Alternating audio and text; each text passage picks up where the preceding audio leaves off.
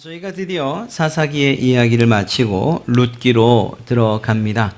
사실 말씀드렸던 것처럼 사사기의 뒷부분, 즉 삼손의 이야기 뒤에도 아주 중요한 에피소드가 대략 한 2개 정도 있는데, 이 2가지는 이스라엘이 얼마만큼 타락했는가, 그리고 특별히 종교적으로 얼마만큼 정말 회생불능의 상태가 되었는가를 보여주는 사건이거든요.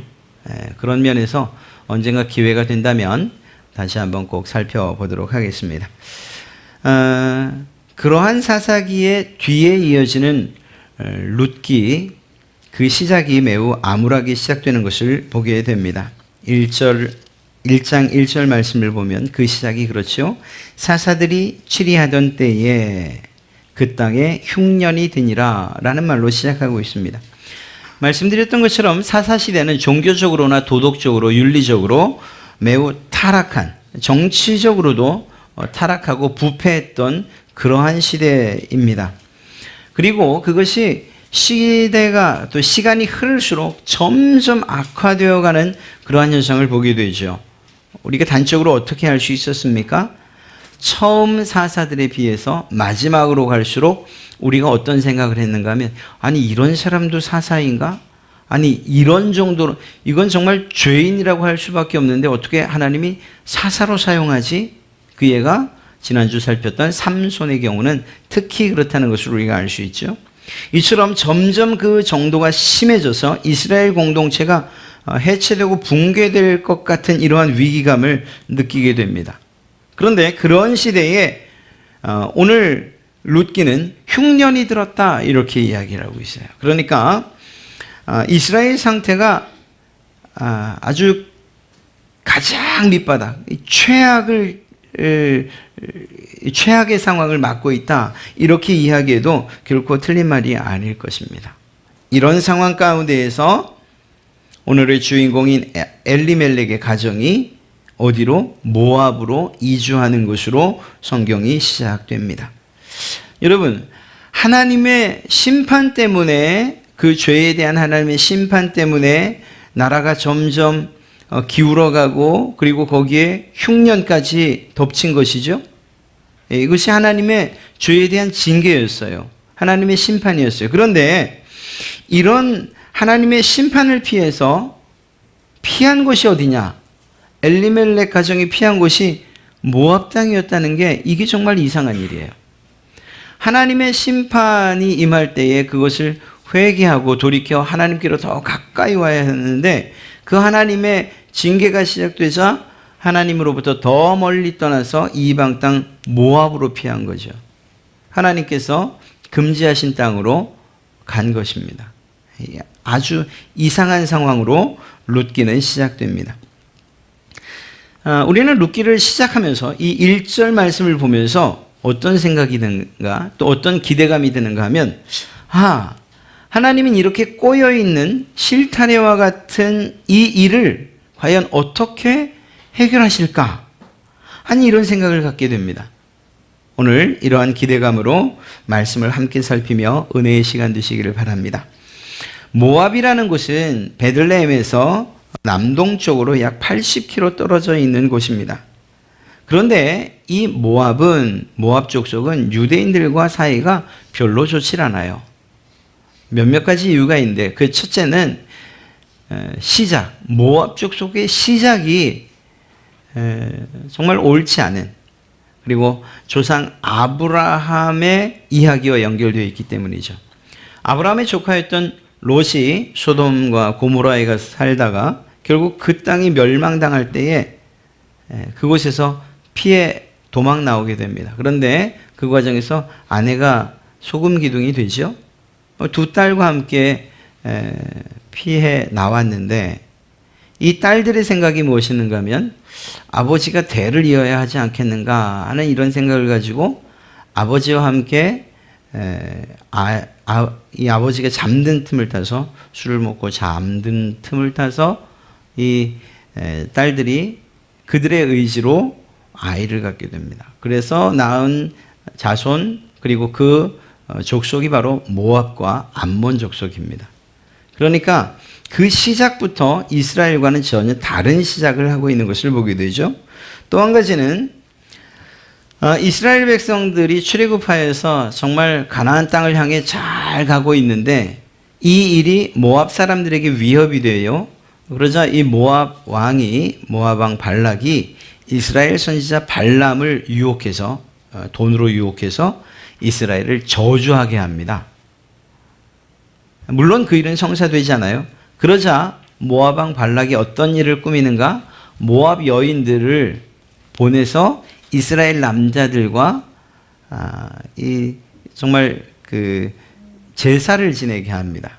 바알과 아세라를 섬기는 이 일에 이스라엘 남자들을 끌어들이죠. 늘 말씀드리지만 가나안 종교의 제사에는 반드시 이러한 성적 행위들이 포함되어 있다고 말씀드렸죠. 그렇게 해서 음란하게 되는 이러한 죄를 범하게 되죠. 그러니 모압과 이스라엘이 좋을 수가 없습니다.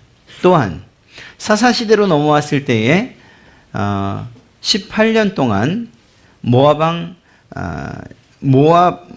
왕이 에글론이라고 하는 왕이 18년 동안 이스라엘을 통치하게 됩니다. 그러니까 피지배국으로 있었던 거예요. 그러니 모압과 이스라엘은 좋은 관계일 수가 없어요. 또 한 가지는요, 무엇보다 종교적으로 틀립니다. 모압은 그모스 신이라고 하는 전쟁의 신을 섬기지만 이스라엘은 하나님을 섬기지 않습니까? 그러니 둘이 하나가 될 수 없는, 결코 하나가 될 수 없는 그러한 사이라는 것을 알 수 있습니다. 이런 모압 땅에 한 가정, 엘리멜렉의 가정이 이주하는 것으로 이야기가 시작되죠. 베들레헴에 한 가정이 살고 있었습니다. 그리고 그 땅에, 그 베들레헴 땅에 기근과 흉년이 시작됩니다. 가장이었던 엘리멜렉은 아내 나오미와 그리고 두 아들을 데리고 이 네 명이서 먹고 살기 위해서 모압으로 내려가죠. 아이러니하게도 베들레헴의 뜻이 무엇인가 하면 떡집이에요. 떡집. 먹을 것이 풍성한 그러한 곳이라는 의미의 떡집. 그런데 그 떡집에 떡이 없어서 모압 지방으로 하나님께서 금지하신 그 땅으로 가고 있는 이 엘리멜렉의 가정, 앞으로 어떤 일들이 벌어질지 사실 우린 읽지 않아도 어느 정도는 추론할 수 있을 것 같습니다. 우리가 예측은 했지만 안타깝게도 살려고 갔던 그 모압 땅에서 먼저 남편이 죽습니다. 엘리멜렉이 죽습니다. 그리고 두 아들은 모압 여인과 결혼을 하죠. 이러한 통혼은 하나님께서 금하신 일임이 틀림없습니다. 어찌되었거나 그렇게 결혼하고 그리고 10년도 채 못 되어서 이 두 아들마저 죽게 됩니다. 그 사이에 아이들은 없었고요. 무자한 상태로 죽게 되는 것입니다. 결국 나오미와 며느리인 오르바와 룻 3명만이 남게 됩니다. 나오미는 이러한 상황에서 고향으로 돌아가기를 결심하죠. 그래서 제일 먼저 했던 것이 무엇인가 하면 두 며느리를 불러서 너희 집으로, 너희 친정으로 다 돌아가라. 나도 내 고향으로 돌아가련다고 이야기합니다. 이때 오르바는 그 어머니의 뜻을 받아들여서 자기 집으로, 고향으로, 친정으로 돌아갔지만 룻이라고 하는 이 며느리는 끝까지 시어머니와 함께 하겠다고 그렇게 이야기를 하고 동행하기로 결정합니다. 1장의 마지막 절은 이렇게 돌아가기로 결정한 이들을 위해 하나님이 베푸신 은혜와 자비 그리고 배려로 끝맺는 걸 보게 됩니다. 1장 마지막 절 22절 말씀이죠. 나오미가 모압 지방에서 그의 며느리 모압 여인 룻과 함께 돌아왔는데 그들이 보리 추수 시작할 때에 베들레헴에 이르렀더라. 먹을 것이 없어서 도망치듯 모압으로 갔는데 그곳에서 모든 것을 다 잃고 빈손이 된 다음에 그래서 돌아가기로 결정하여 돌아온 때가 어떤 때인가? 보리를 추수하는 그러한 때라는 거예요. 하나님께서 그들에게 은혜를 베풀기 시작한다라는 이러한 모습을, 이러한 상황을 우리는 보게 됩니다.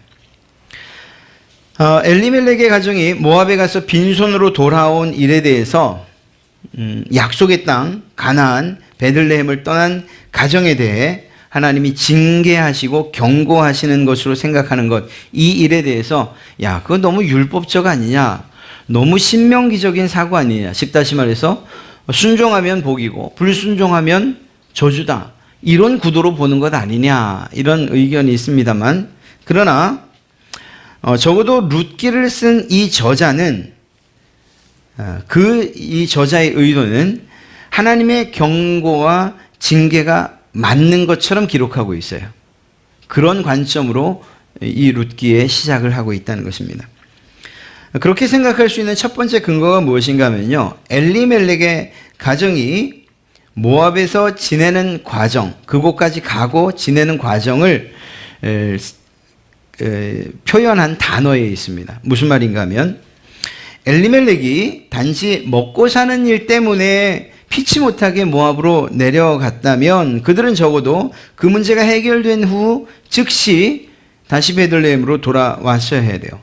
그런데 그렇지 않았고 오히려 그들이 어떻게 모압 땅에 머무르게 되었는가 하는 내용들을, 단어들을 표현해서 이야기하고 있는데, 저자는 말하고 있는데, 그것이 무엇인가 하면 1절 말씀을 보면 유다 베들레헴의 한 사람이 그의 아내와 두 아들을 데리고 모압 지방에 가서 거류하였다, 이렇게 되어 있죠. 이 거류라는 말을 표준 세번역으로 찾으면 임시로 살려고 라는 의미예요.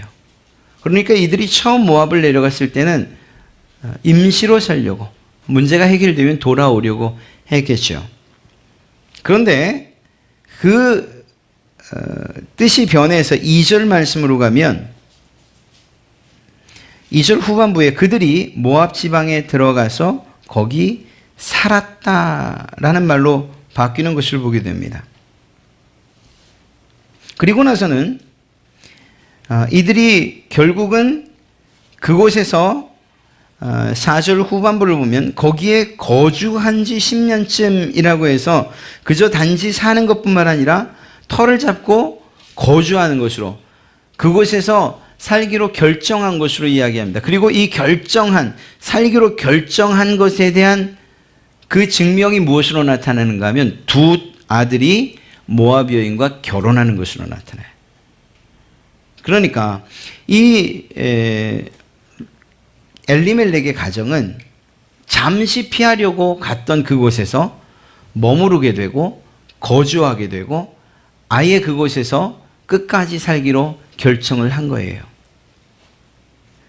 이러한 일들을 통해서 결국은 하나님께서 금하시는 그러한 땅, 그리고 금하시는 여인들과 결혼하여 한 몸이 되고 동화되어졌다는 사실을 이 저자는 이야기하고 싶은 것입니다. 그러니까 이 룻기를 쓴 이 저자는 이 엘리멜렉의 삶에 사용된 단어들을 통해서 이들의 결과가 어떻게 일어날지를 이미 이야기하고 있다, 이렇게 할 수 있는 것입니다. 약속의 땅, 즉 하나님을 의지적으로 떠나서 모압에서 생활했다는 사실을 우리는 발견하게 되는 거죠. 두 번째는요, 그 땅에서 살 때에 일어난 일입니다. 즉 아비멜렉과 두 아들이 죽었다는 사실이에요.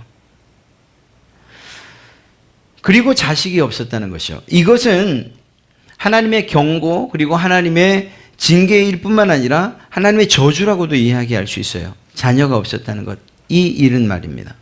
그러니까 하나님의 땅, 즉 약속의 땅 베들레헴을 떠나서 모압이라고 하는 하나님의 명령에 거슬러서 간 그곳에서 필연적으로 당할 수밖에 없는 그것은 하나님의 징계, 그리고 하나님이 말씀으로 이야기하신 저주가 그 가정에 임했다고 밖에 볼 수 없는 것이죠. 또 세 번째는 나오미가 자기의 입으로 그렇게 증언을 해요. 13절 말씀을 보면 이렇게 이야기를 하죠. 중반을 보면, 중간쯤 보면 여호와의 손이 나를 치셨으므로 나는 너희로 말미암아 더욱 마음이 아프도다. 여호와의 손이 치셨다는 표현을 통해서 이 나오미가 자기에게 당한, 자기가 경험하고 있는 이 모든 일들, 모압 땅에서 잠시 쓰려고 했는데 끝까지 살게 된 것, 그리고 모압 여인을 며느리로 맞이한 것, 그리고 나서 자기의 두 아들 뿐만 아니라 자기의 남편까지도 죽게 된 것, 그리고 그 사이에 자녀가 없었던 이 모든 것을 무엇으로 보는가 하면 여호와의 손이 나를 치신 것으로 이렇게 증언하고 있다는 것입니다. 그렇기 때문에 이 룻의 이야기를 하나님을 떠나서, 정말 하나님을 떠난 자들에게 하나님께서 그들을 징계하시는, 그리고 그들에게 어떤 일들을 통해서 다시금 회복시키시는가 하는 이러한 모습을 우리는 보게 된다는 거예요. 룻의 이야기를 시작하면서 우리는 한 가지 질문을 던질 수밖에 없어요. 방금 말씀드린 것처럼 거듭되는 재앙과 그리고 죽음을 통해서 하나님께서는 끊임없이 경고하시고 징계하시는데요. 이러한 경고와 징계를 경험한 이 나오미에게 과연 희망이 있는가 하는 거예요. 하나님을 떠났기 때문에 당한 일들이 맞아요. 그런 징계고 그런 경고예요. 하나님의 손이 그 가정을 치신 게 틀림없어요. 그런데 그렇다고 할 때에, 그렇다면 이 엘리멜렉의 가문, 나오미, 그리고 남은 사람들에겐 아무런 희망이 없단 말인가? 이런 질문을 던지게 되는 거죠. 만약 그 희망이 있다면, 그렇다면 그것은 무엇으로부터 시작되는가 하는 그런 질문을 우리에게 던지고 있는 것입니다. 얼마 지나지 않아서 그 해답을 우리에게 주고 있어요. 그 희망은 나오미가 고향으로, 약속의 땅으로, 하나님께 돌아가기로 결정하는 것으로부터 시작됩니다. 모든 것을 잃어버린 채 빈털터리가 된, 게다가 당시에 약차라고 대변되어지는 과부가 된 나오미가 그간 일어났던 모든 일들을 하나님의 경고와 그리고 하나님의 징계로 인식하여 하나님께로 돌아가기로 결정하면서 이야기는 놀랍게 반전되기 시작합니다. 하나님은 언제나 변함없이 우리에게 은혜와 사랑을 베풀어 주시는 분인 줄로 믿습니다. 그러나 그 은혜와 사랑이 실제적으로 우리에게 주어지는 이 일은 우리의 회개로부터 시작된다는 사실을 잊지 말아야 돼요. 오늘 주인공 나오미도 그렇고요. 탕자의 이야기도 마찬가지입니다. 돌이켜 하나님께로, 돌이켜 아버지께로 돌아오기로 결정짓는 그 마음, 그리고 실제적인 돌이킴, 이것이 풍성한 하나님의 은혜를 누리는 첫걸음이라는 사실을 오늘 이 룻기를 통해서 우리는 분명하게 알 수 있습니다. 보십시오. 나오미의 결정을 기다렸다는 것처럼 하나님은 그들을 위해서 일하기 시작하셔요. 고향으로 돌아갈 것을 결정한 나오미에게, 그리고 시어머니와 동행하기로 한 그 룻에게 하나님의 사랑과 그 긍휼하심이 베풀어지기 시작한 거예요. 고향 땅은 더 이상 기근과 흉년의 땅이 아니었습니다.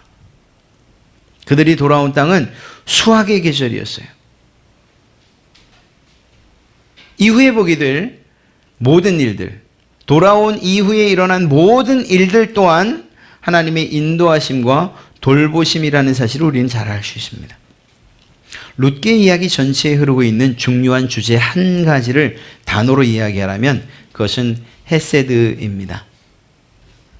하나님의 언약에 기초한 사랑, 인애, 자비, 이러한 여러 가지 의미가 복합적으로 담겨 있는 단어예요. 그래서 헤세드를 어떤 한 단어로 표현하기는 너무너무 힘듭니다. 대부분은 인애라는 표현으로 그렇게 해석되기도 합니다. 보십시오.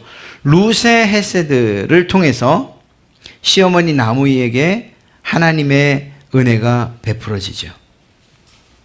나오미를 혼자 보내지 않잖아요.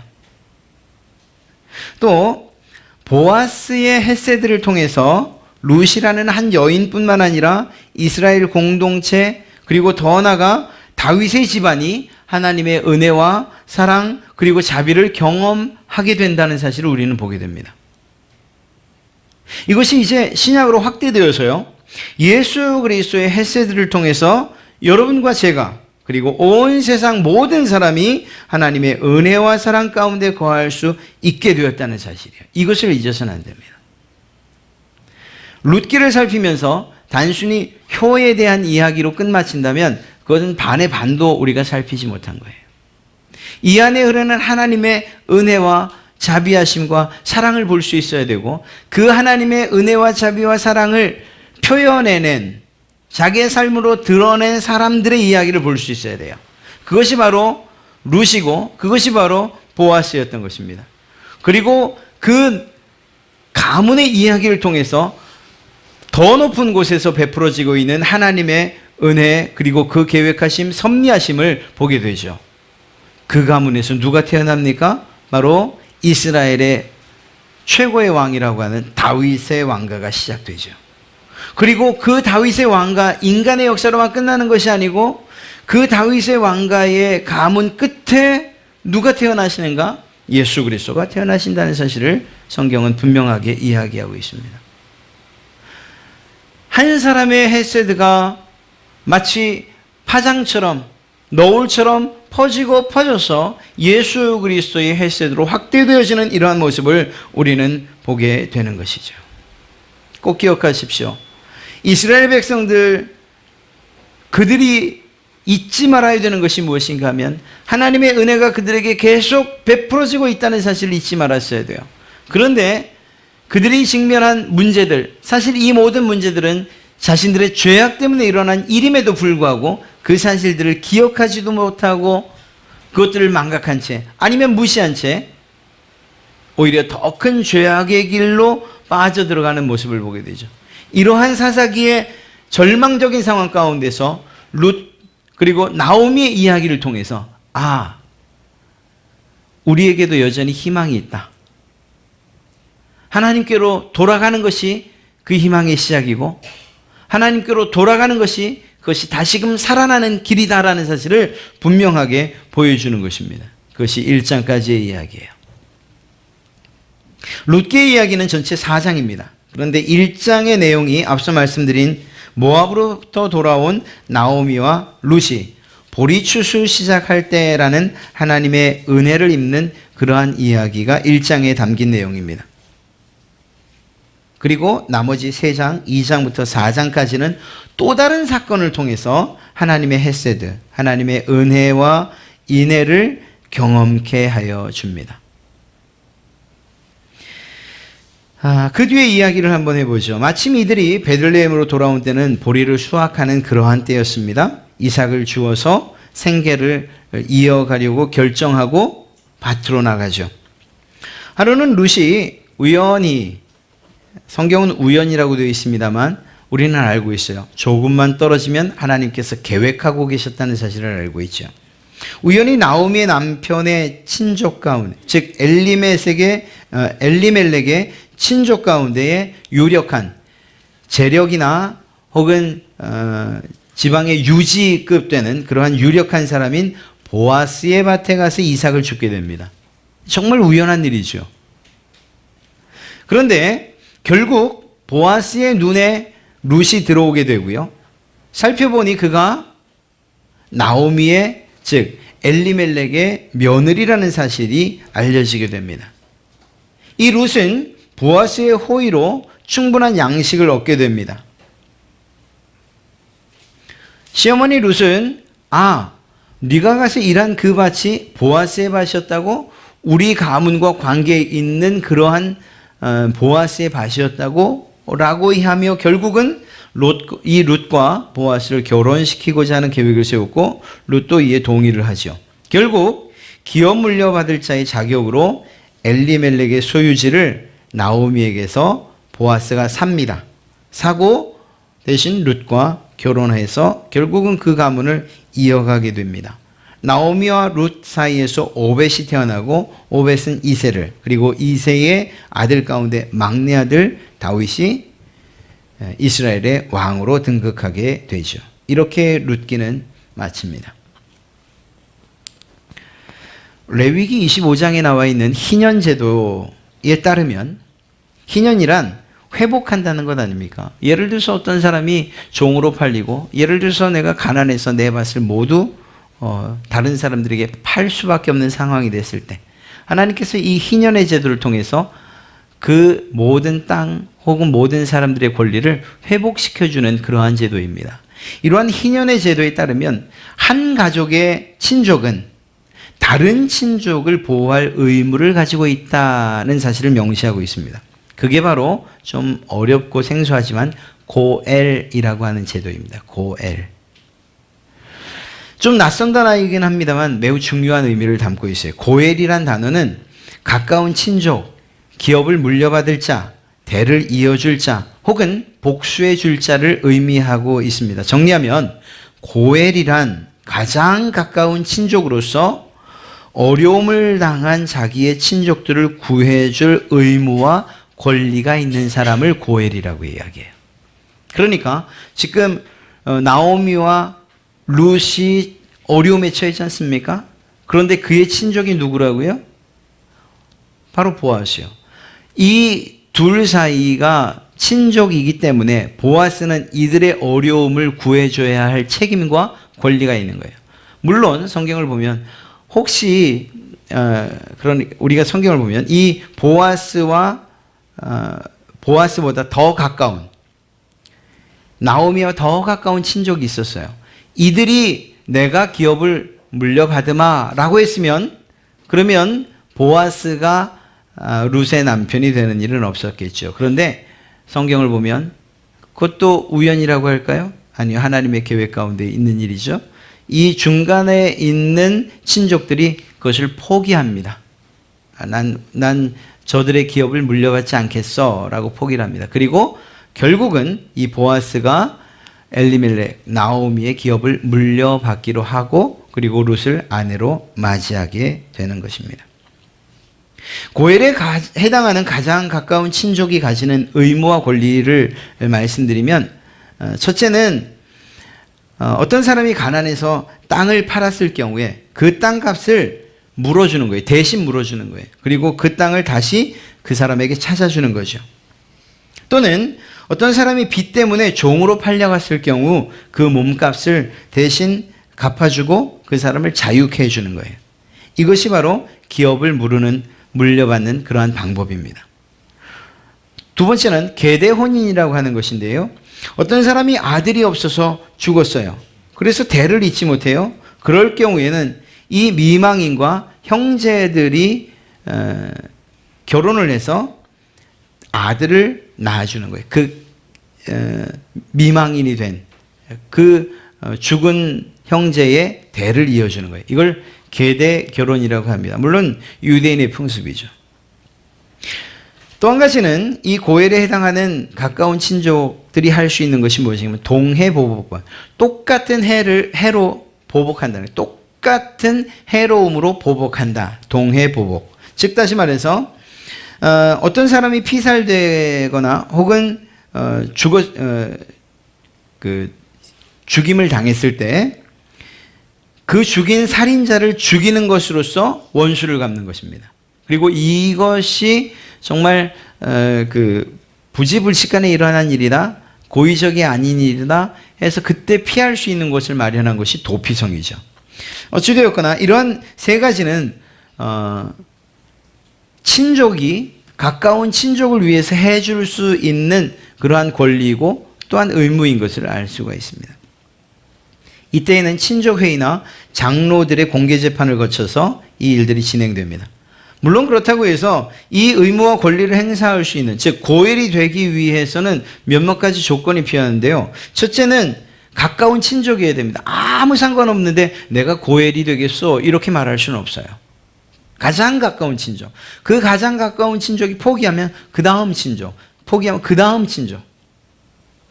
모두가 포기하면 그때는 이러한 고엘의 제도 또 그러한 고엘의 혜택을 받을 수가 없게 되죠.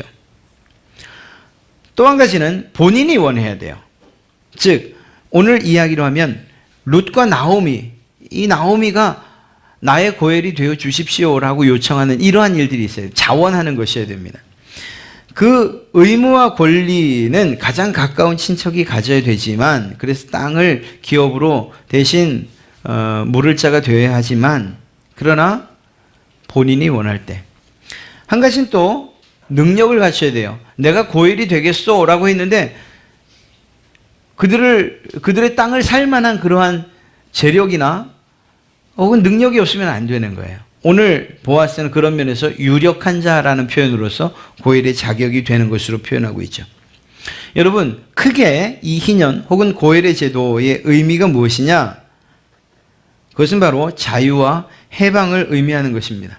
그렇게 볼 때 보아스는 진정한 희년 공동체, 즉 자유와 그리고 또한 해방을 준 그러한 대표적인 인물로 기록되고 있는 것입니다. 그리고 또 그의 후손으로 이어진 다윗 왕의 통치 이념이 무엇이냐? 그것 역시 자유와 해방이에요. 주변국들로부터의. 이사야서에는 하나님을 고엘로 표현하고 있습니다. 하나님께서 이스라엘 백성들에게 진정한 자유와 해방을 주시는 분으로 표현되고 있다고요. 9번이나 그렇게 기록되고 있어요. 그리고 이것이 신약 시대로 넘어가면 누가 고엘이 되실까요? 진정한 예수 그리스도가 진정한 고엘이 되어 주시는 거예요.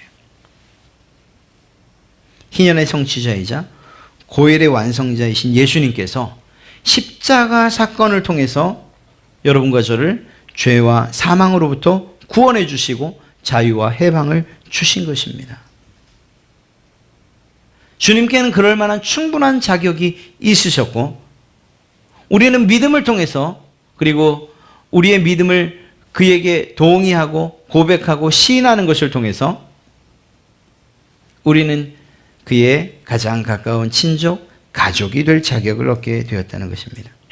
이것이 무엇을 말하는 것입니까? 우리는 예수 그리스도께서 우리의 고엘이 되어주셨다는 이 사실이 무엇을 말하는 거냐 하면, 우리는 하나님의 가장 가까운 가족이며 예수 그리스도의 가족, 그것도 가장 가깝고 유력한 가족이기 때문에 우리의 고엘 되신 예수님께서 우리를 결코 버리지 않으신다는 사실을 우리는 확실히 알 수 있는 거예요. 예수님께서 십자가에 피 흘려 죽으시는 이 사건을 통해서 여러분과 저를 가족 삼으셨다고요. 하나님의 가족으로 삼아주셨다고요.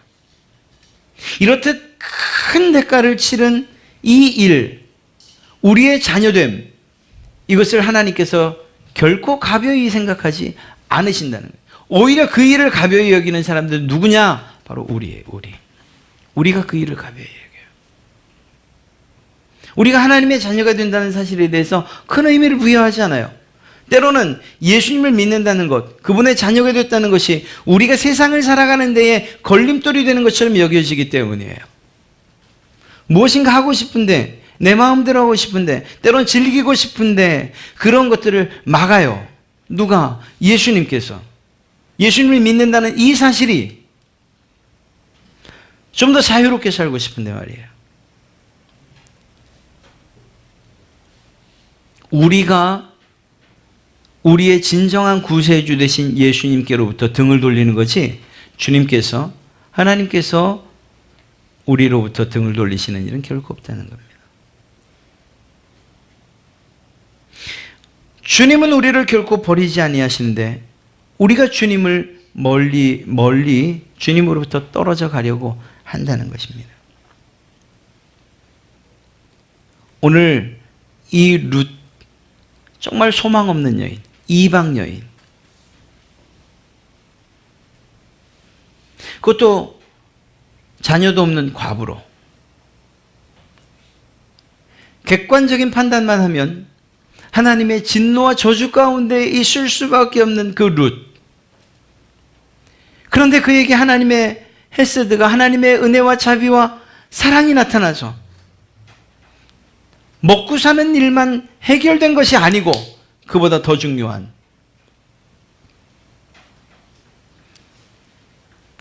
예수 그리스도의 족보에 그 이름을 올리게 되는 놀라운 영예를 얻게 된다는 사실입니다. 우리에게 베풀어진 하나님의 은혜는 단지 이 세상에서 내가 무엇인가 기도하는 것, 소원하는 것, 잘 먹고 잘 사는 것이 이루어지는 것으로 완성되어지고 그것이 끝이라고 생각하면 그건 하나님의 그 큰 사랑을 우리의 삶에 문제를 해결하는 저급한 수준으로 끌어내리는 거예요. 그렇지 않습니다. 주님께서 베푸신 그 사랑과 그 은혜, 그분의 헤세드는 우리의 삶의 문제, 그것보다 더 중요한 우리의 영혼의 문제를 해결하고 그리고 무엇보다 하나님과의 관계, 깨어진 그 관계를 회복시켜 하나님의 자녀가 되게 하시는 놀라운 은혜를 우리에게 선물로 주고 계시다니까요.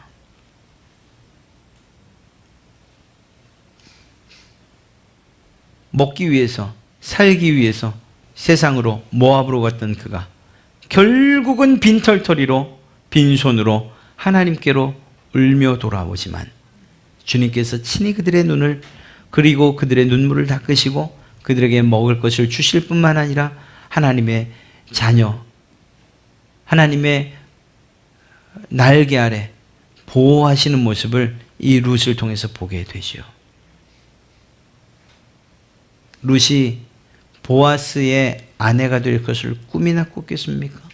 더 나아가 왕가의 어머니가 될 줄 누가 알았겠습니까? 더 나아가 예수 그리스도의 그 족보에 룻이라고 하는 여인으로서 이름이 올라갈 것을 꿈이나 꿨겠습니까? 기대나 했겠습니까? 그러나 하나님의 은혜는 이렇게 베풀어지고 있는 거예요. 우리도 마찬가지입니다. 우리가 룻보다 나은 일이 뭐가 있을까요? 우리도 이방인 아닙니까? 우리도 정말 먹고 살기 위해서 세상에 전력 투구하면서 사는 것 아닙니까? 세상의 가치가 모든 것이냐 그렇게 살아오지 않았습니까? 그런 우리에게 하나님의 헤세드가 하나님의 은혜가 베풀어졌고 그 하나님의 은혜 때문에 지금 이 자리에 나와 그저 세상의 삶의 문제가 해결된 것뿐만 아니라 건강의 문제, 기타 등등 우리가 원하는 것들만 해결된 것이 아니고 하나님의 자녀로서의 자격을 취득하고 그것이 단지 이 세상에서뿐만 아니라 영원한 내세에서도 유효한 그러한 선물로 우리에게 주어졌으니 이처럼 감사할 일이 어디 있겠냐는 거예요. 그런 면에서 룻의 이야기는 한 여인, 한 가문, 한 왕가의 정말 용비어천가가 아니고 이건 우리의 이야기예요. 우리에게 베풀어진 하나님의 사랑, 하나님의 헤세드를 룻이라고 하는 여인을 통해서 깨닫게 하시는 거예요. 사랑하는 성도 여러분, 그 주님께서 여러분을 배반하시는 일은 없어요. 그 주님 배반하지 마시고 오히려 그분께로 더 가까이 나가시고 그분의 은혜 가운데로 더 깊이 그 풍성한 사랑 가운데로 더 가까이 나가시는 그런 여러분 되시길 주님의 이름으로 축복합니다. 우리에게 떠나지 말아야 할 것이 있다면 그 은혜에 감사하고 그리고 그 은혜를 찬송하는 일, 그것이 우리가 해야 할 유일한 일인 줄로 믿습니다.